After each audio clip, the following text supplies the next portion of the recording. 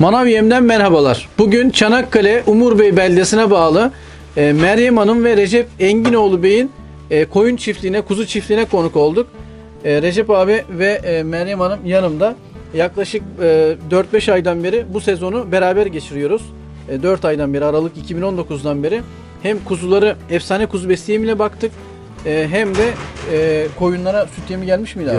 Geldi. Koyunlara da süt yemini bizden kullandılar. Bu konuda hem tecrübelerini almak istiyoruz, hem de bu 4 ay içerisinde yaşadığı bazı serüvenleri Recep abiden ve Meryem Hanım'dan dinlemek istiyoruz. Evet Recep abi, sizi hem tanıyalım öncelikle. Recep Enginoğlu. 35 seneden beri yani küçük başta uğraşmaktayım. Daha evvel mesela diğer yem de yedirdim. Farklı markalı Farklı yemler yedik. marka yemler yedirdim. Ama manav yemin şeyini yakalayamadık, yani kilosunu yakalayamadım. Doğru. Manav yemle ne zaman tanıştınız abi? Aşağı yukarı Aralık ayından bu yana manav yem yedirmekteyim. Ve istediğim hedefe manav yeminde ulaştım. Peki abi, burada kaç tane anaç koyunumuz vardı? 70 tane. 70 tane. 70 kaç tane. tane kuzu doğdu bu 70 taneden? 60 tane ilk posta, işte 20 tane de ikinci posta diye. Toplam 80 tane 80 tane. doğmuş oldular. Şu anda abi büyükler 60 tane olanlar aşağı yukarı 110 günde 120 gün 120 bandında. gün. He. 23 tane kuzuyu kestirmişiz Kestirdim. herhalde. Kestirdim. Geçen hafta mı? Evvelki Bir hafta hafta mı? oldu. Bir hafta oldu. Bir hafta oldu. Onlar kaçar kilo geldi abi? 45 kilo üst üste. Dişi erkek Dişi erkek karışık. karışık. Tamam.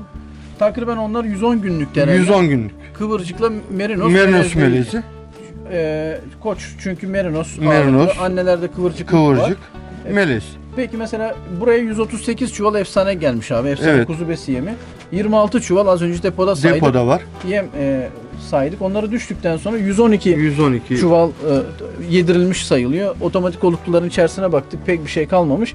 112 çarpı 50 kilo 5600 kilogram yem tüketimi olmuş. Aynen. Burada da şu anda 60 tane kuzunun haricinde bir de küçükler, ortalar da var.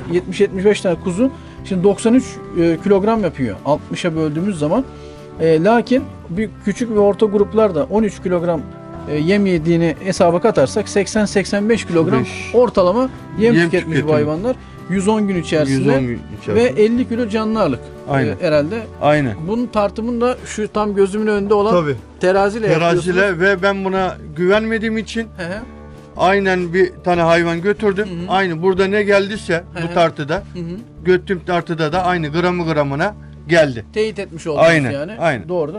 Peki abi, bu tartımları kaç haftada bir mesela ya da kaç ayda bir yaptınız? 15 günde bir yaptım. Değil mi? 15, Not falan aldınız herhalde Benim bunları. kendi defterimde de var. Tamam, o notların da bir görüntüsünü hatta Emre Bey çeker, sizlerle paylaşırız. Ondan sonra yani siz 15 güne bir düzenli bir şekilde takip ettiniz. Çektik. Burada kaba yem olarak abi ne kullandınız mesela? Efsane kuzu besi yeminin yanında. Kava yem olarak sade arpa samanı. Arpa samanı. Onun harici bir şey kullanmadık. Tamam. Önünde kaya tuzu, içebildiğince su. Su görüyorum, temiz abi. Çok güzel, aynen. tertemiz sular var yani. Ondan Yani sonra... bunun harici bir şey kullanılmadı burada Furkan hocam. Peki anneleri ne kadar emdi bu hayvanlar? Kaç gün mesela ortalama öyle bir... Şimdi annelerini bunlar aşağı yukarı 90 gün emdi. Ben 90 gün emdi. 90 gün harici başladım sağma. 90 günden sonra yani. başladınız ticari Aynen. olarak süt sağmaya başladınız. Sağma başladım yani. 90 güne kadar hiç analarının Hiç ellemediniz. memelerini ellemedim. Sadece analarından artan sütü aldım. Aldınız. Aldım. Tamam. Evet, Sonra bunun harici hepsini yavru emdi yani. yavru emmiş oldu. Yavru emdi. Sütün gücüyle hem de yemle Yemin. beraber. Aynen. Ve bu hedefime ulaştım yani. İstediğim kiloları yakaladım. Doğru. Peki abi, bu süre zarfında herhangi bir sidik zordur, topallıktır, ishaldir, Hiç farklı bir... sidik zoru yaşadım, zorunu gördüm. Ne bir topallık, ne bir yani hastalık. Yani hiçbir sorun yaşamadım bu sene. Ya beslenmeye bağlı herhangi bir sıkıntı bu sene. Hiç bir sıkıntı yok.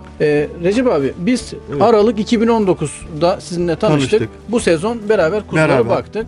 Peki 30-35 yıldan beri küçükbaş hayvan yetiştiriciliği yapıyorsunuz. Mutlaka birçok yem denemişsinizdir. Denedim. Farklı markaları burada hayvanlarınızla yedirmişsinizdir.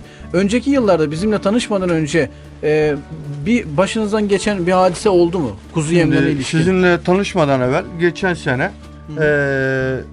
bir firmadan yem aldım. Evet. Ve bu yemi ben hayvanlarıma yedirmeye başladım. Aşağı yukarı bir ay falan olduktan sonra sidik zoru belirdi. Hayvanın bir tanesinde sidik zoru. İdrar taşı oluşumu şekillendi. Onu biz kestik. Yok ettik. Ve ondan sonra bir hafta sonra 2 tane daha çıktı. Bu yemden. Tamam. Ve ben bunu bizden tecrübeli abilerimize, kardeşlerimize söylediğim vakit bu sidik zoru. Buna yapabileceğin bir şey yok dedi. Evet, idrar taşı oluşmuş. Bunun en kısa zamanda yani bunları kesmen lazım yahut elinden çıkarman lazım dediler. Ve ben de kendime yani bir çare aradım. Tamam. Çare aradım. İlçe tarıma gittim. Yemler söyledim. Numune aldılar. Ahırdan aldılar. Ahırdan aldılar. Tamam. Evet. Geldiler, numune aldılar. Dediler ki bana ilçe tarımdan arkadaşlar. Yani 20 gün sonra yahut 15 gün sonra biz sana tamam. sonuçlar çıkartacağız. Ve 15 gün sonra bana geri döndüler. Aradılar sizi. Aradılar. Gel. Sonuçların geldi. Tamam. Gel kendin al. Ben buradan gittiğim vakit ilçe tarımdaki arkadaşlara dedim yani sonuç netice ne? Bana demiş oldukları yani sen buradan bir hak talep edemiyorsun. Evet. Bunun sebebi? Yani firmadan bir hak talep edemiyorsun.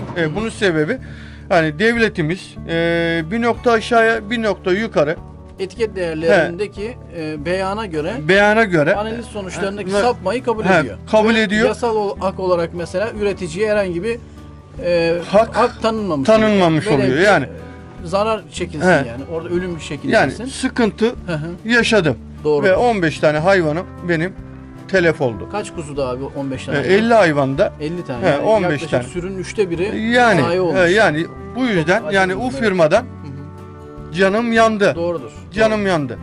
Yani gerçekten böyle acı hadiseleri duyuyoruz. Canım yandı. Bizler de manav yemi olarak oldukça hassas bir iş yapıyoruz. Bu sezonla beraber geçirdik. Allah'ıma binlerce şükür. Yani manav yemle tanıştığımdan bu yana hiçbir sorun yaşamadım. Ve herkese de yani manav yemi tercih ederim. Ömrüm olduğu sürece ben de bu hayvanı yaptığım sürece manav yeme devam. Eyvallah. Çok teşekkür ediyoruz abi.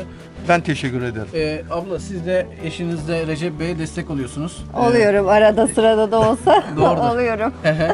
Peki mesela her gün gidip geliyor musunuz? Burada hangi işlerde mesela destek oluyorsunuz? Beraber temizlik olabiliyor. Hayvanları mesela yemlerini hazırlayabiliyorsunuz Evet. falan. Hepsinde destek olmaya çalışıyorum elimden geldiğince. Yani temizliği olsun. Yemlerini ben tabii kaldıramıyorum da çuvalları. Doğrudur. Yani bazı şeylerde, konularda yardım ediyorum. Peki bu kuzuculuğu seviyor musunuz? Yani Seviyorum. Ben severek yapıyorum onları. Şimdi aynı zamanda meyve bahçeleriniz var. Şeftali, kiraz yetiştiriciliği yapıyorsunuz. Evet. Bir de Umur Bey bu bölgemizin gerçekten meyvecilik konusunda bir numara olan yeri. Toprakları olsun, iklimi olsun. Belki beldenin en büyük geçim kaynakları, gelir kapılarından bir tanesi. Neler yetiştiriyorsunuz mesela abi? Hangi meyve ağaçlarınız var? Vallahi hayvan harici şeftali ağacımız, kiraz ağacımız, zeytin var biraz da. Bunun dışında herhangi bir şey bahçe yok. yapıyoruz. Bahçe yani kuru kendi fasulye falan öyle şeyler Yani dikiyoruz işte. Çeşit çeşit bahçe tarımı, tarımsal var. üretim ve hayvancılık üretimi yapıyorsunuz. Hep bir arada. Yani kuzuculuk da giderek büyüyecek herhalde. Büyüyecek. Yani bugün belki 60 kuzu, geçen sene 50 kuzuydu. Önümüzdeki sene nasip olursa 80-100 arası giderek büyüyecek. O. İnşallah biz de elimizden geldiğince sizlere destek vermek Allah istiyoruz. razı olsun binlerce yani. Biz teşekkür ediyoruz. Çok memnunum. Çok. Öyle az değil yani. İstediğim hedefe ulaştım. İnşallah. Çok ulaştım. Recep abimizle biz herhalde 1-1,5 ay oldu. Bir röportaj yapmıştık. Kuzular daha o zaman böyle 60-70 günlük filandı. 80 günlük filandı 80 günlükte herhalde. Yani demek 40 gün falan olmuş. O zaman tabii gece karanlığına kalmıştık. Yani o çekimlerden sonra gelip tekrardan içimiz rahat etmedi. Recep abiyle böyle biraz aydınlıkta bir çekim yapmak istedik. Takriben bu hayvanlar 25 Aralık'ta ortalama doğum olduğunu farz edelim. 25 Aralık 2019. Bugün de 25 Şubat 2020. 60 günlük oldu bu kuzularımız. Aynen Furkan Bey. Siz 2 sefer bir tartım yapmışsınız. Tartım yaptık. 1 Şubat'ta. 1 Şubat'ta Bir de 23 Şubat'ta. Biz de şimdi abi sizden aldık bu tartım verilerini. Bunların bir ortalamalarını toparladık. İlk tartımda 15 tane kuzuyu seçmişsiniz. Gayet yeterli bir rakam. 65 kuzuda 15 kuzu. Aynen. Örnek seçilim açısından 312 kilogram üst üste baskül çıkıyor karşımıza. İkinci tartımda 22 gün sonra 23 Şubat'ta yapılmış. Aynen. Orada da 471,24. Aynen. Şimdi bu 471 kilodan 312'yi biz çıkarttığımız zaman 159 kiloluk bir baskül ağırlık Artış. kazancı olmuş 22 gün içerisinde. Şimdi biz bunu 15 kuzuya böldüğümüzde de 10,62 kilogram bir şey var. Baskül ağırlığı şekillemiş 22 günde. Bunu da biz 22'ye böldüğümüz zaman 22 güne 483 gram bir günlük canlı ağırlık artışı şekleniyor. Evet. Yani Furkan Bey. 483 gram abi oldukça iyi bir rakam. İyi. Sadece efsane kuzu besi olsun, işte saman artı Aynen. çayır kuru otuyla Aynen, çayır kuru otu. veriliyor. Peki abi bu konuda neler söylemek istersiniz? Memnuniyet açısından yani kuzuların Vallahi gelişim ben açısından. manav yemden memnunum Furkan Bey. Hı hı. Gayet memnunum. Evet abi. Ama sonuna kadar da iş böyle devam ederse, Tabii ederse. manav yemle çalışma İnşallah. devam. Doğru. Sizlerle Recep abimiz ve Meryem Hanım'ın tecrübelerini aktarmış olduk. Videomuzu beğendiyseniz beğenme tuşuna basabilirsiniz. Kanalımıza abone olmayı ve yorum yapmayı unutmayın. Bir başka programda görüşmek üzere. Şimdilik hoşça kalın.